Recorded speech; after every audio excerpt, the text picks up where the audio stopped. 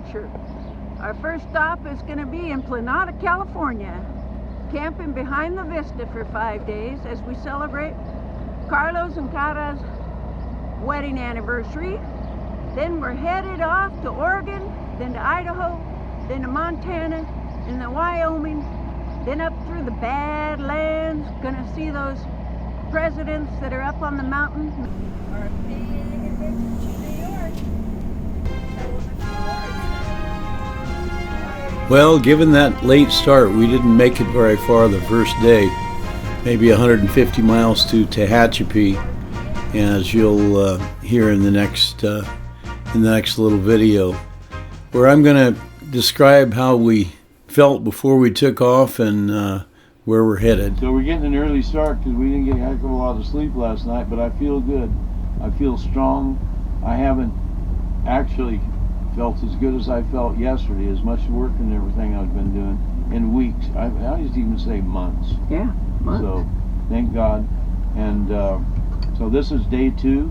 You're starting this journey around the United States. Probably it's going to be somewhere around 10,000 miles, and visiting relatives and so on. So, all right, we're going to be off to the Vista in Planada, where Monica's folks live, and that area. And it's her mom's birthday tomorrow, as well as Chad's, my brother's Chad's.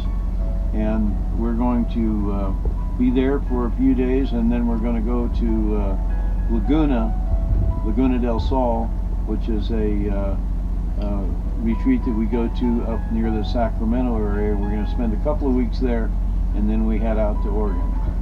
Okay, we'll see you on the road. We headed out on Highway 58 from Tehachapi. Then we arrived in Planada at the Vista, which has RV hookups and is also a wine tasting facility. Then it was Monica's mom's birthday, so she came over to the RV and we had a little get-together. Then Monica went over to visit the facilities, and Stephanie, her friend that owns the Vista, and also attend a wedding of one of the students that she taught in high school. So actually the Vista is where Monica and I met at my 50th class reunion that it was held there. Anyway, they had a fun evening, as you can see. While we were in the area, Monica and all of her sweetness pulled together an event at her folks' place for a birthday gathering, and also a gathering with some of the students that I've known since grade school. This is Ernie Bagwell, and this is Ernie Bagwell when he was in the 5th grade. And then there was his wife, Nikki, who unfortunately we lost to COVID a few months back. And this is Robin Glasgow Farnsworth, and this is Robin when she was in the 5th grade. And Donna Sue Hale, I worked for her father at the service station, and that's Donna Sue again when she was in the 5th grade. So I've known him a long time. Oh, and there's Carlene Pasley Cunningham. Carlene was my 8th grade prom date, and she looks happy, doesn't she?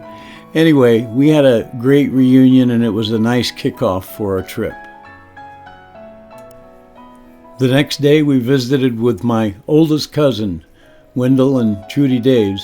Wendell is 92 years old and still kicking. Well, we headed out for Laguna, but we didn't make it far before we stopped in Ripon to visit with Monica's brother and his wife and little Annabella, who's having fun in the swimming pool and showing off her new talents. Anyway, we had a great visit with them, and then we headed on to Laguna. Before we left, Toby ran and had fun in the park across the street.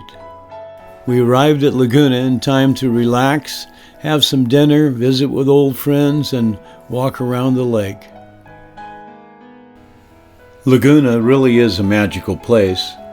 I've been coming here for about 50 years, playing tennis, playing volleyball, swimming, laying in the sun a bit, visiting with friends and socializing, camping out, Anyway, it's just been a wonderful retreat for me throughout the years.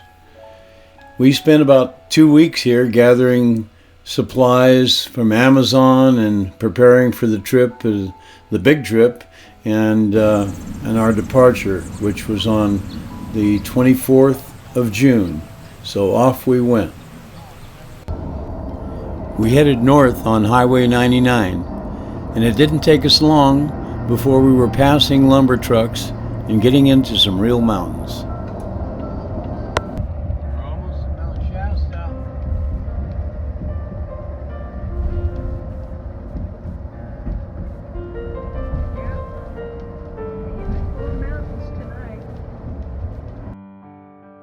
We traveled north past Mount Shasta.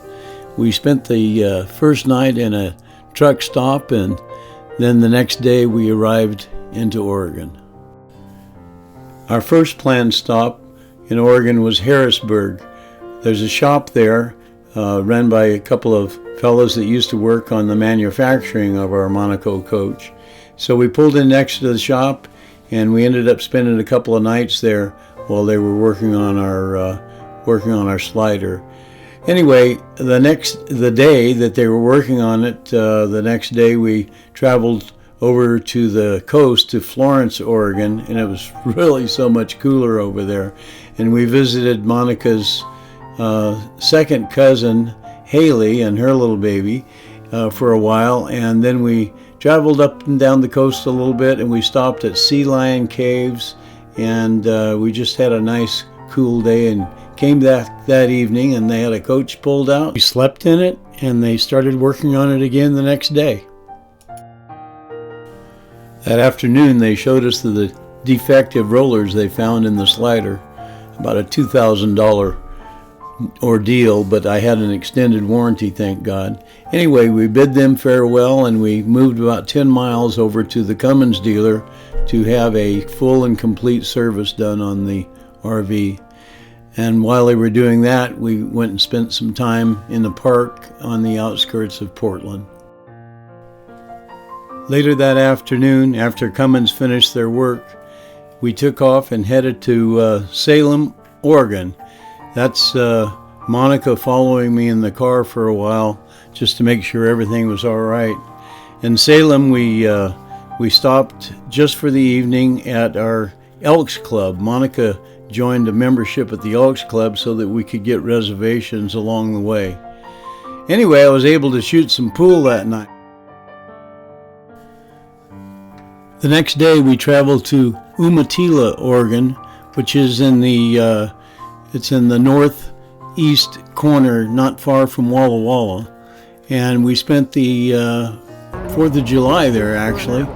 And this is McNary Dam. And at McNary Dam, when they built the dam, they had to figure out a way that the fish could get up. So they make a ladder where they can swim up the ladder, and the strong ones make it through. So it was nice that they had a viewing window for that. And then I caught Monica by the tree, and there she is being a salmon, swimming up the river. Go, go, go, go, go, go, go, go, go, go, girl. The next day we took the car and did some exploring.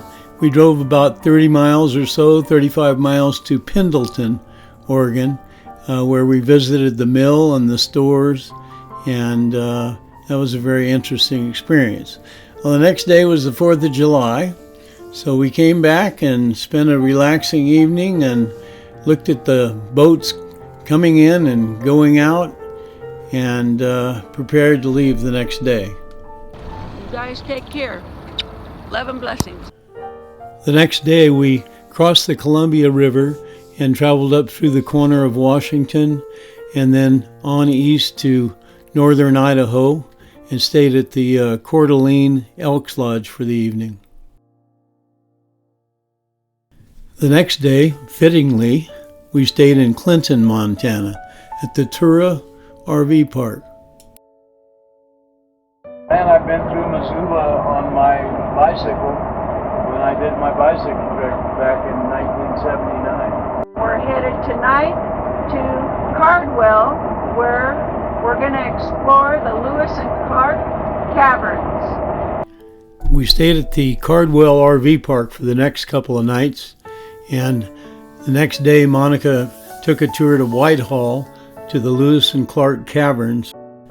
I think I've had enough caverns and bats for one lifetime, so Toby and I stayed at the RV park and got some exercise and rested.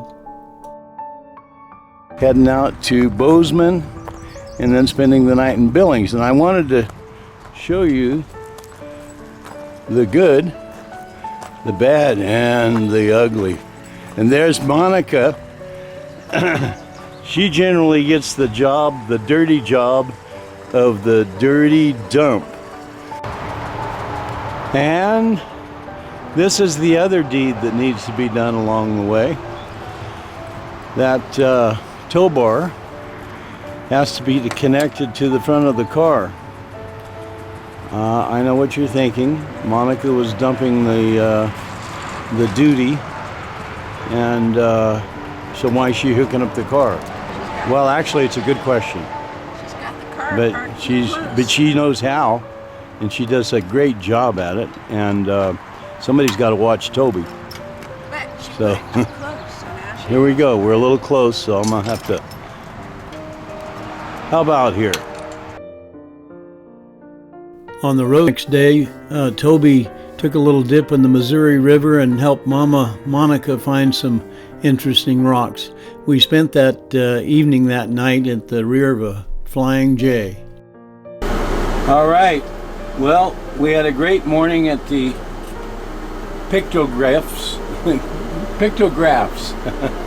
Anyway, state park, National State Park in near Billings, Montana. And this was what it looks like when we're getting on the road. Oh, there's my lunch. Eggs. Not supposed to be using that. I'm vegan. Here we go. You ready to go, Toby? She's ready to go. Toby's ready. All right, here we go. Turn right onto Battlefield Tour Road. Well, as it turns out, the exit you just saw was about the best thing that happened during our visit to the Little Bighorn area. What we did was we pulled in, and it was getting late in the evening, and we pulled in through the park entrance and up to a ranger who told us that the 4.5 mile loop of the battle area with some sights and stops and so on along the way was fine for us to go in the motorhome towing the car. So we didn't take the car off and unhook it. And as you see, the roads were very narrow. I mean, it was just not narrow enough for a car to pass us, but not narrow enough for us to pass another rig like ours. There would be just no way. And you can't back down the hills. And so I had to keep honking my horn. It was a white knuckle, nerve rattling experience. In spite of the driving experience, we enjoyed learning about Little Bighorn, Custer's last stand with the 7th Cavalry. They lost about 268 men. Indians, I don't know how many were lost, but there were probably about 2,000 Indians up against 700 cavalrymen. The Indians were a combination of Lakotas, Dakota, Northern Cheyenne, and Arapahoes. We left the park just as it was closing and headed off to Brodus, Montana, where we spent the next couple of evenings. Good morning. It's July 12th as we prepare to depart. It's Jamie Lynn's birthday and Heather Lee's. We are on our way to Mount Rushmore.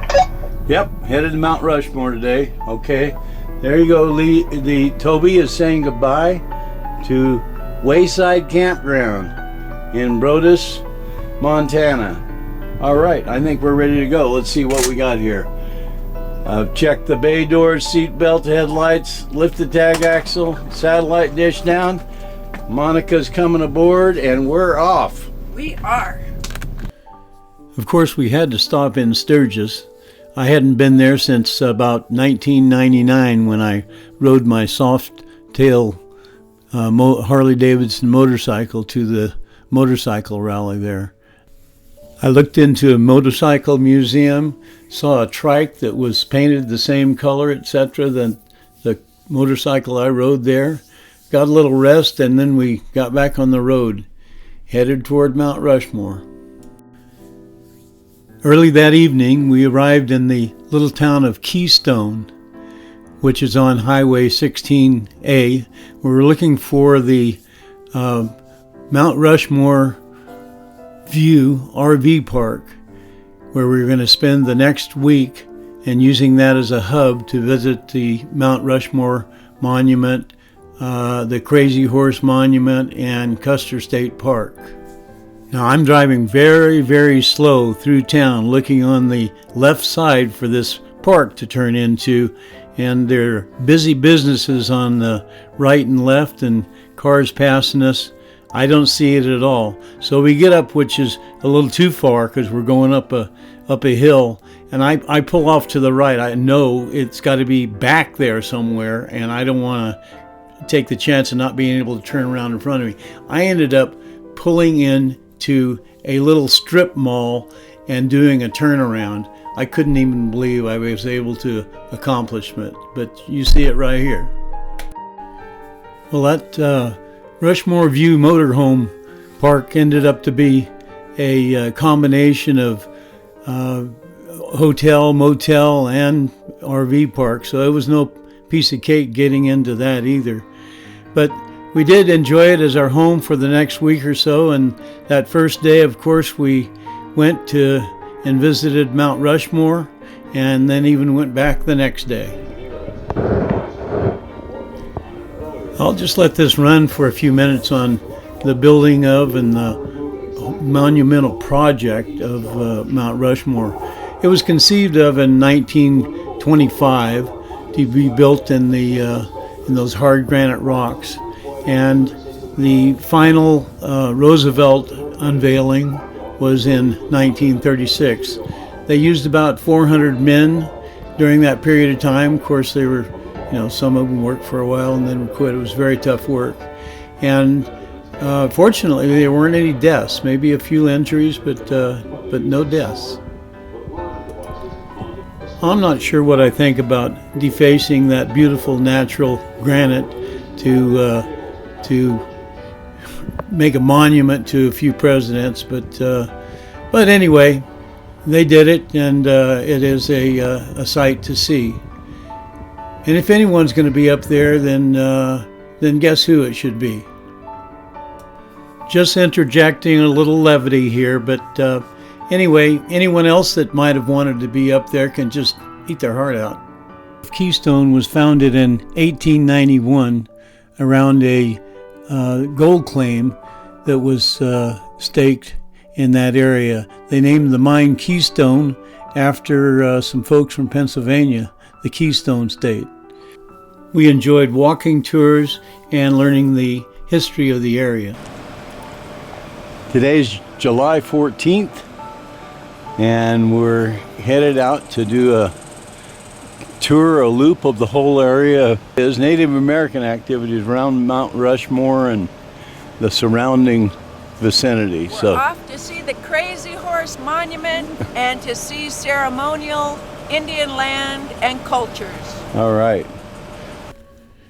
Although it's a long way from completion, the Crazy Horse Memorial was begun in 1948 by Korczak Zielkowski, I think his name is. Anyway, he spent the second half of his life devoted to creating this memorial. He actually was an apprentice on for a while on the Mount Rushmore Memorial.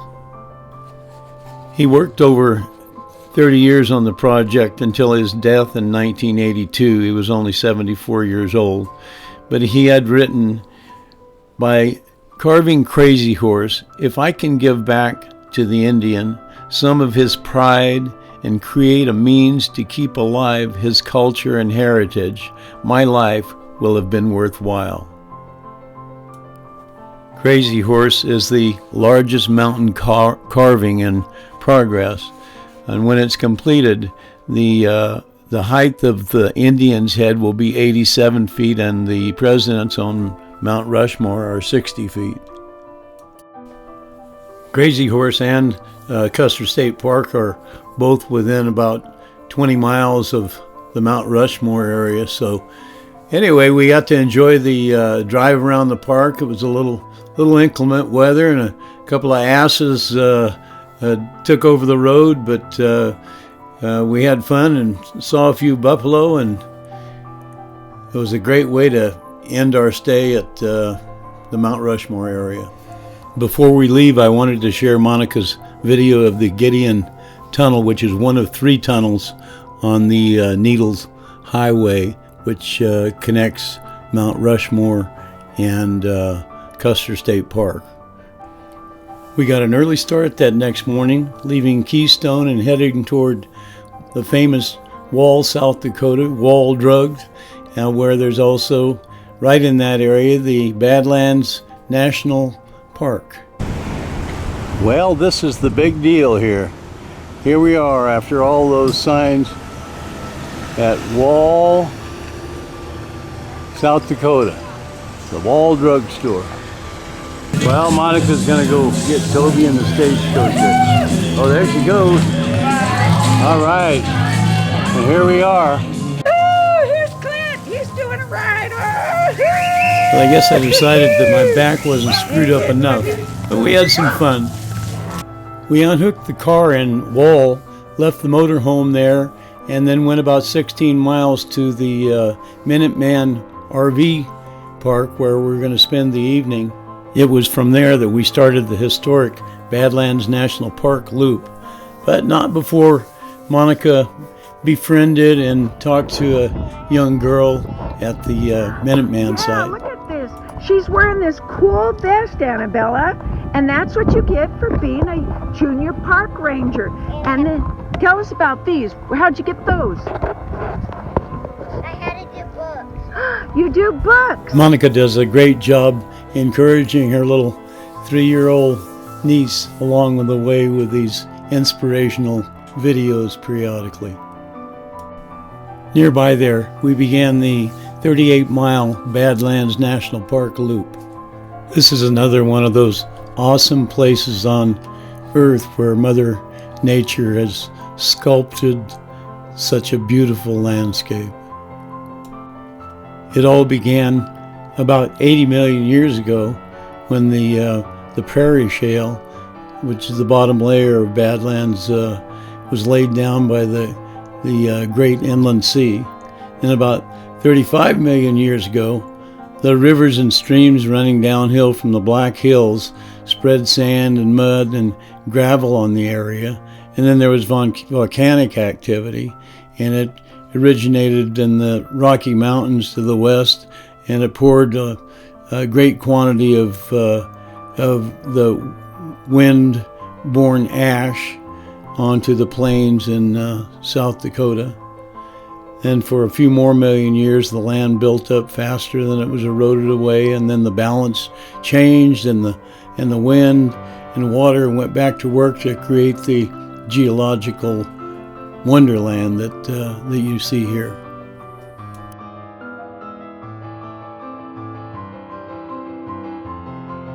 Monica discovered where the swallows had built their nest underneath one of the facility buildings. Obviously, they're not disturbing them. It was really pretty cool to watch them flying in and out. The storm intensified as we completed the loop, and it was really quite an experience to see the weather change so quickly like that. But all in all, Badlands was just an absolutely magnificent experience for the two of us. So we made our way back to the Minuteman RV Park for the evening. Before we left the next morning, we visited the Minuteman Missile National Historic Museum, which was right across the street from the RV park. During the Cold War, in the early 1960s until 1991, when the Strategic Arms Reduction Treaty, START, was negotiated through President Bush and Gorbachev, there were over 1,000 of these intercontinental ballistic missiles located around the United States in various locations, and there were 150 of them in this site, and all of those have been disarmed by now. I mean, in this site, but there are still, which is scary, there are still over 450 at 3 different locations in Montana, Wyoming, and North Dakota that are on alert even today. July 17th, Clint's big 77th. We are departing Minuteman RV Park. We're headed to Sioux Falls, about 250 miles, and then the next day we will be out of South Dakota. That's right. We are getting off in Chamberlain to look at Lady Dignity, a Native American equivalent of the Statue of Liberty. She stands 50 feet high and is 32 feet wide and made from stainless steel. And as described by the artist, she signifies people who have prevailed through the centuries. She represents all who resist and strive forward. She portrays the rallying cry for those who wish to be heard and valued. She stands strong and proud, meeting the morning sun and bracing against the nighttime cold. She contemplates the world through a pose of conviction and fearlessness. Her name is Dignity. We pushed on into Minnesota that evening and stayed at the Albert Lee Austin KOA campground in Hayward.